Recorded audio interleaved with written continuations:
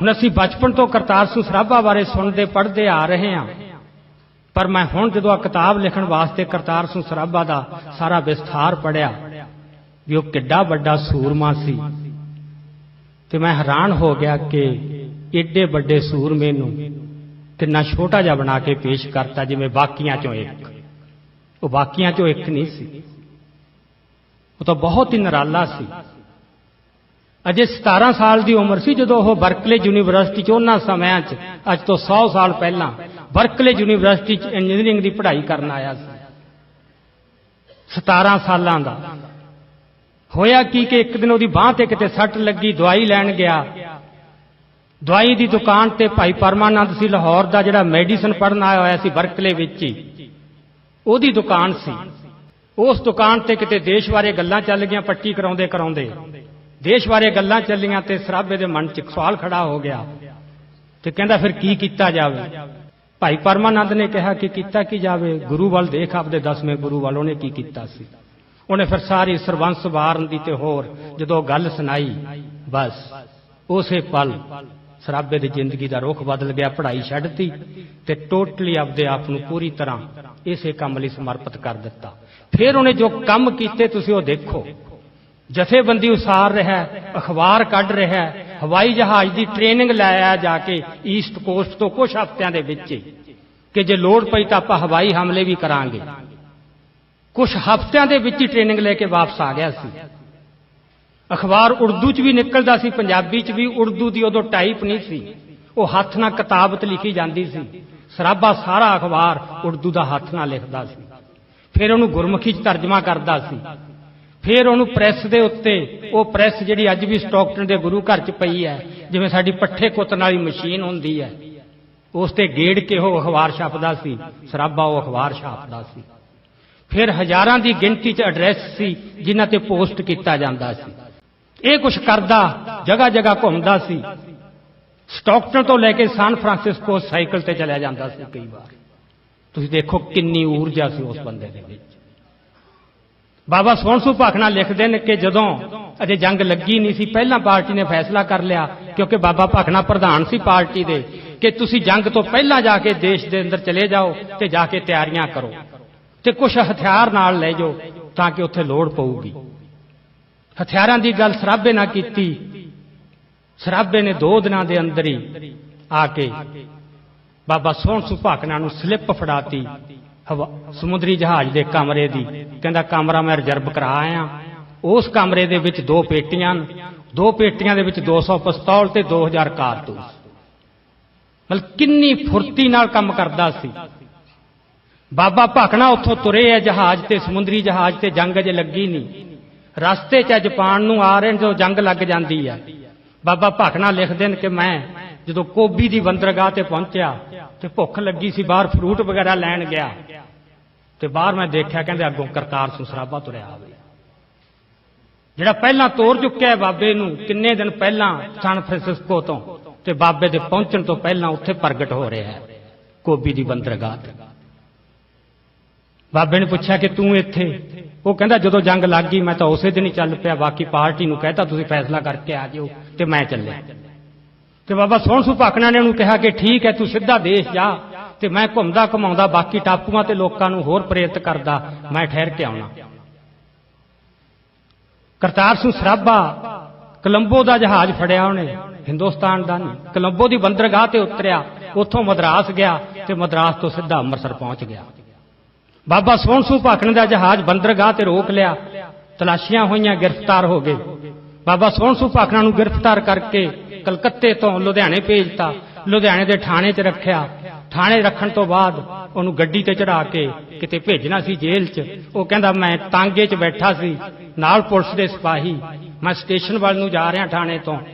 उहदी पता लग्या जदों करतार सिंह सराभे ने नेड़े आके आपदे साइकिल की टल्ली खड़काती। हल किस तरह प्रगट हुंदा आके वो देखो उहदी फुर्ती ते ऊर्जा। स्कूल के विद्यार्थी जो खालसा स्कूल लुधियाने पढ़ता सी तो स्कूल के विद्यार्थी उड़ना सप कहते होंगे भी ये इन्नी फुर्ती है, इन्ना शोला है। तो जो सिक्खी की पान चढ़ गई तो उड़ना सप एक बहुत बड़ा योद्धा ते सूरमा बन गया। तो गदर पार्टी का जो काम होया जो भी होया, जदों जज्जां ने फैसला सुनाउणा सी, ਉਹਦੀ उम्र ਵੱਲ देख के जज कहंदे भी सानू कानून भी इजाजत नहीं दिंदा ते साडा जीव नहीं करदा तैनूं फांसी की सज़ा दित्ती जावे ते तैनूं 24 घंटे दित्ते जांदे ने, विचार लै, गलती मान लै ते तैनूं फांसी। वो कहंदा भी नहीं। फिर जज्जां ने बहुत दुख नाल लिखिआ, वो कहंदे भी की करिए, साडा जी नहीं करदा इहनूं फांसी देण नूं, पर की करिए। कहंदे अमरीका की धरती ते, राह विच टापूआं ते हिंदुस्तान च बरतानवी हुकूमत विरुद्ध रची गई किहड़ी साजिश है जिहदी सेंटर दे विच सराबा नहीं, एक भी काम अजिहा नहीं जिहदे विच सराबा नहीं। आउंदे स्कूल च आपदे पुराने विद्यार्थियों नूं मिलिया, उन्हां नूं प्रचार दे काम ते लाता, 6 साइक्लो स्टाइल मशीनां, आप लिखदा है, कवितावां लिखदा है, लेख लिखदा है, उन्होंने छापना भी की साइक्लो स्टाइल मशीनां, ईवन कार्बन कापियां कर करके वो दिने जाके पिंडां च वंडदा है, रात नूं जाके छावणियां च वड़दा। उत्तरी भारत की एक भी छावनी नहीं जिहदे सराबा नहीं गया, ते एक भी उदाहरण नहीं जदों सराबे नूं किसी ने जवाब दे दिता होवे। तुसीं सोचो वो किहो जी हस्ती होगी, उहदे च किस किस्म का रूहानी जलाल होऊगा कि जिहदे नाल भी गल कीती ते गल कोई ये नहीं सी, गल सिर देण दी सी। जदों फौजी नूं बगावत लई कहना तां फौजी नूं पता है कि इहदा सिੱਟਾ की निकलना। एक भी थां ते नहीं होया कि सराबे नूं कितों जवाब मिल गया होवे। एक दृष्टांत तुसीं देखो जिहड़ा सानूं हैरान कर दिंदा है। एक बार लुधियाणे बैठा गड्डी दे उत्ते, जलंधर जाना सी, गड्डी दे डब्बे दे विच एक सिख फौजी बैठा वर्दी पाई ते सराबा जाके उहदे कोल बह गया। कोल बह के उन्हें गल्ली लग गया, कित्थे हुन्ना, की करदा है। उसने दस्सिया कि मैं लाहौर की छावनी च हुन्ना ते ड्यूटी की है, मैगजीन की चाबियां मेरे कोले हुंदियां, असले खाने दियां। ते सराबे नूं होर की चाहिदा सी। ते सराबे ने उहदे नाल चलो गलबात कीती। हुण तुसीं देख लो लुधियाणे तो जलंधर किन्ना क सफर है। जलंधर जाके जदों ओह एक दूजे तो वख होए तां उस फौजी ने कहा जिद्दन मर्जी आ जी, चाबियां हाज़र। 18 साल का मुंडा जिहदे दाढ़ी भी नहीं आई, उहदी गल सुन के बंदे आपदी जिंदगियां दे फैसले कर रहे। ये हुण किसी रूहानी शक्ति तो बिना ये गल संभव नहीं। ये गल्लां लुकोईयां जा रहीआं। जदों तुसीं सराबे विचों ये गल्लां कढ दिओगे, उहनूं एक सधारण जिहा देश भगत जिवें बाकी दे देश भगत ने, ते बहुत दुख हुंदा जदों सराबे दी फोटो लाला हरदयाल नाल लाई जांदी है। तुसीं भी देखिआ होऊ जदों इत्थे मेले लगदे ने, जिहड़े उहदे इश्तिहार दित्ते जांदे ने, सब तो पहली फोटो लाला हरदयाल दी हुंदी है ते उसे कड़ी दे विच सराबे दी हुंदी है। सराबे दी आदत सी, ओह हमेशा कविता पढ़दा रहिंदा सी, चढ़दी कला वाली कविता, हर वेले उस रंग च रंगिआ रहिंदा सी। उत्थे उहने कविता पढ़ी जिहड़ी पहलां छप चुकी सी उहनां दे, बणी सिर शेरां दे की जाना भज के। वो कविता पढ़ी, तिन्नां दियां आपस विच अखां मिलियां कि बणी सिर शेरां दे की जाना भज के, कि भज के नहीं जाना चाहिए। बस उसे दरिया तो उन्नी पैरी वापस मुड़िया। वापस मुड़िया मुड़ के फिर छावनी च जा वड़े। जदों लहर फेल हो जाती है उदों हर कोई बंदा उठ के मुखबर बन जाता। जिन्ना चिर लहर का दबदबा रहिंदा बंदे दबे रहिंदे। लहर फेल हो गई सी, सो पहली जगह ती बंदियां नूं फड़ाता, चलो फांसी हुई। हुण मैं आखिरी गल, समा काफ़ी हो गया जिहड़ी मैं तुहाडे नाल करन लग्या कि जदों जज ने फैसला सुनाया, पहले लाहौर साजिश केस का 24 बंदियां नूं फांसी की सज़ा सुनाई। 24 बंदे लाहौर की सेंट्रल जेल च बंद न। उन्होंने सोचा कि कौम नूं कोई संदेश देइए रल के। 24 बंदियां ने रल के एक कविता लिखी। ये दुनिया के इतिहास च बहुत घट इस तरह होया हो कि बंदे फांसी लगन जा रहे हैं, 24 रल के कविता लिख रहे। भाई संतोख सिंह ने लिखा इस कविता बारे, कहता रल के कविता लिखण का मतलब यह है कि तुसीं अपनी निजी हस्ती मिटाती। एडी वड्डी परोपकार की भावना तुहाडे च प्रफुल्लित होगी कि तुहानूं आपदा पवित्र आदर्श ते काज ही दिसदा है, आपदा निज किते नहीं। वो कविता लिखी 24 बंदियां ने रल के।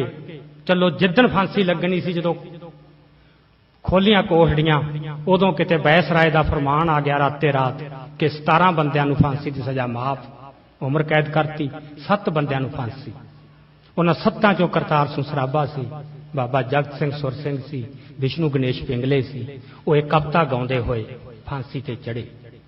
ਹੁਣ ਉਹ ਕਵਿਤਾ ਨਾਲ ਕੀ ਵਾਪਰੀ, ਇੱਕੋ ਘਟਨਾ ਤੋਂ ਤੁਹਾਨੂੰ ਸਾਰੇ ਕੁਝ ਦਾ ਪਤਾ ਲੱਗ ਜੂ ਕਿ ਜਿਨ੍ਹਾਂ ਨੇ ਇਤਿਹਾਸ ਲਿਖਿਆ, ਜਿਹੜੇ ਅੱਜ ਉਹਨਾਂ ਦੇ ਵਾਰਸ ਕਹਾਉਂਦੇ ਨੇ, ਉਹ ਕਿੰਨੇ ਝੂਠੇ, ਕਿੰਨੇ ਬਦਈਮਾਨ।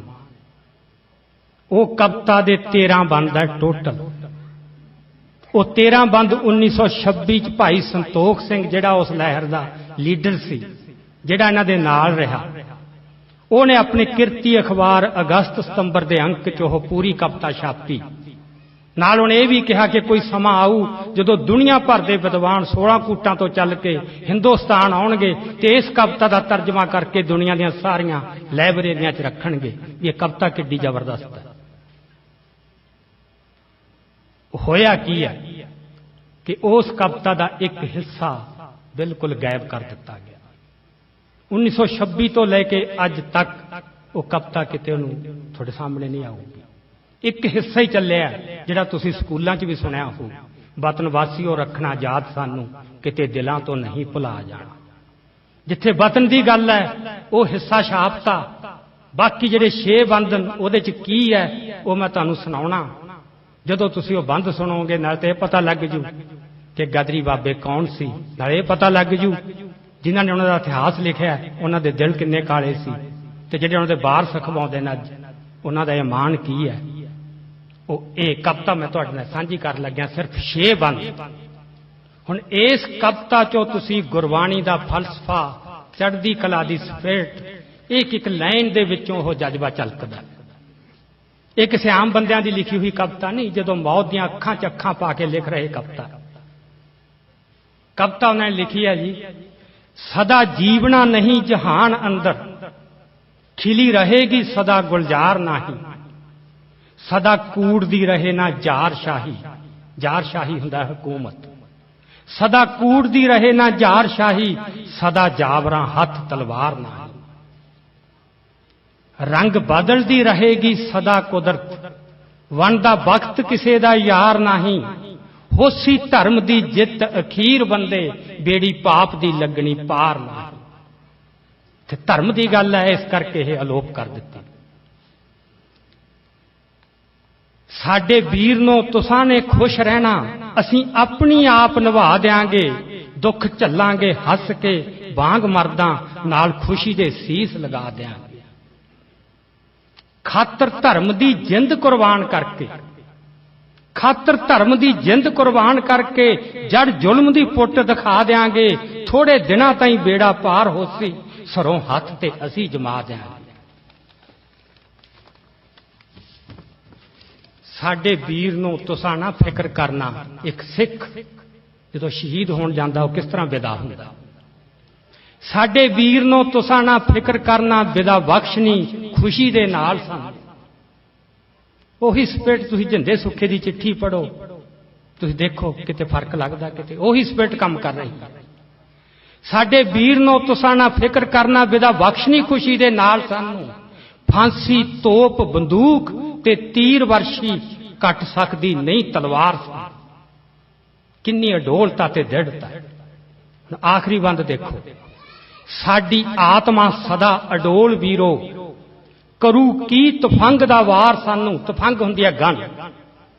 ਸਾਡੀ ਆਤਮਾ ਸਦਾ ਅਡੋਲ ਵੀਰੋ, ਕਰੂ ਕੀ ਤਫੰਗ ਦਾ ਵਾਰ ਸਾਨੂੰ, ਖਾਤਰ ਧਰਮ ਦੀ ਗੁਰਾਂ ਨੇ ਪੁੱਤਰ ਵਾਰੇ, ਦਿਸੇ ਚਮਕਦੀ ਨੇਕ ਮਿਸਾਲ ਸਾਨੂੰ। ਕਿੱਥੋਂ ਪ੍ਰੇਰਨਾ ਲੈ ਕੇ ਉਹ ਸ਼ਹੀਦ ਹੋਣ ਜਾ ਰਹੇ। ਇਹ 6 ਬੰਦ 1926 ਤੋਂ ਬਾਅਦ ਟੋਟਲ ਅਲੋਪ ਹੋ ਗਏ। ਮਣਾ ਮੂੰਹੀ ਕਿਤਾਬਾਂ ਛਪੀਆਂ ਤੇ ਉਹਨਾਂ ਕਿਤਾਬਾਂ ਦੇ ਵਿੱਚ ਇਹ ਕਵਿਤਾ ਦਾ ਅੱਧਾ ਕੱਟਿਆ ਵੱਡਿਆ ਰੂਪ। ਸੋ ਜਿਹੜੀ ਕਵਿਤਾ ਬਾਰੇ 1926 ਚ ਭਾਈ ਸੰਤੋਖ ਸਿੰਘ ਲਿਖ ਰਿਹਾ ਹੈ ਕਿ ਦੁਨੀਆ ਭਰ ਦੇ ਵਿਦਵਾਨ ਆਉਣਗੇ ਤੇ ਤਰਜਮਾ ਕਰਕੇ ਦੁਨੀਆ ਭਰ ਦੀਆਂ ਲਾਇਬ੍ਰੇਰੀਆਂ 'ਚ ਰੱਖਣਗੇ, ਤੇ ਭਾਈ ਸੰਤੋਖ ਸਿੰਘ ਨੂੰ ਕੀ ਪਤਾ ਸੀ ਕਿ ਇੱਥੇ ਇੰਨੇ ਦਿਲ ਦੇ ਕਾਲੇ ਲੋਕ ਆਉਣਗੇ ਜਿਹੜੇ ਆਪਣੇ ਸ਼ਹੀਦਾਂ ਪ੍ਰਤੀ ਵੀ ਬੇਈਮਾਨ ਹੋਣਗੇ। ਦੁਨੀਆ ਦੀਆਂ ਲਾਇਬ੍ਰੇਰੀਆਂ 'ਚ ਕੀ, ਪੰਜਾਬ ਦੀਆਂ ਲਾਇਬ੍ਰੇਰੀਆਂ 'ਚੋਂ ਗਾਇਬ ਹੋ ਗਏ। ਇਹ ਇੱਕ ਉਦਾਹਰਨ ਬਹੁਤ ਹੈ। ਜਿਹੜੇ ਬੰਦੇ ਆਪਦੇ ਸ਼ਹੀਦਾਂ ਨਾਲ ਇਹ ਕਰ ਸਕਦੇ ਤੇ ਉਹ ਸ਼ਹੀਦਾਂ ਦੇ ਵਾਰਸ ਹੋਣ ਦਾ ਖੇਖਣ ਵੀ ਕਰ ਸਕਦੇ। ਤੁਸੀਂ ਉਹਨਾਂ ਲੋਕਾਂ ਦੇ ਕਿਰਦਾਰ ਆਪ ਦੇਖ ਲਓ। ਸਿੱਖੀ ਦੀ ਸਪਿਰਿਟ ਮੁੜ ਕੇ ਪੰਜਾਬ ਦੇ ਵਿੱਚ, ਜੇ ਅਸੀਂ ਗਾਦਰੀ ਬਾਬਿਆਂ ਨੂੰ ਅਸਲੀ ਰੂਪ 'ਚ ਯਾਦ ਕਰ ਲਈਏ, ਉਹਨਾਂ ਦਾ ਅਸਲੀ ਇਤਿਹਾਸ ਸਾਹਮਣੇ ਆ ਜੇ, ਤਾਂ ਕੱਲ ਗੱਲੀ ਗਦਰ ਪਾਰਟੀ ਦੇ ਇਤਿਹਾਸ ਦੀ ਨਹੀਂ। ਉਹ ਸਿੱਖੀ ਦਾ ਜਜ਼ਬਾ, ਉਹ ਸਪਿਰਟ, ਉਹ ਫਿਰ ਉੱਥੇ ਬੁਲੰਦ ਹੋਊ। ਤੇ ਜੋ ਕੁਛ ਅੱਜ ਪੰਜਾਬ 'ਚ ਚੱਲ ਰਿਹਾ, ਜਿਹੜਾ ਅਸੀਂ ਦੇਖ ਕੇ ਨਿਰਾਸ਼ ਹੁੰਦੇ ਹਾਂ, ਉਹ ਰੁਝਾਨਾਂ ਨੂੰ ਠੱਲ ਪੈ ਸਕਦੀ ਹੈ।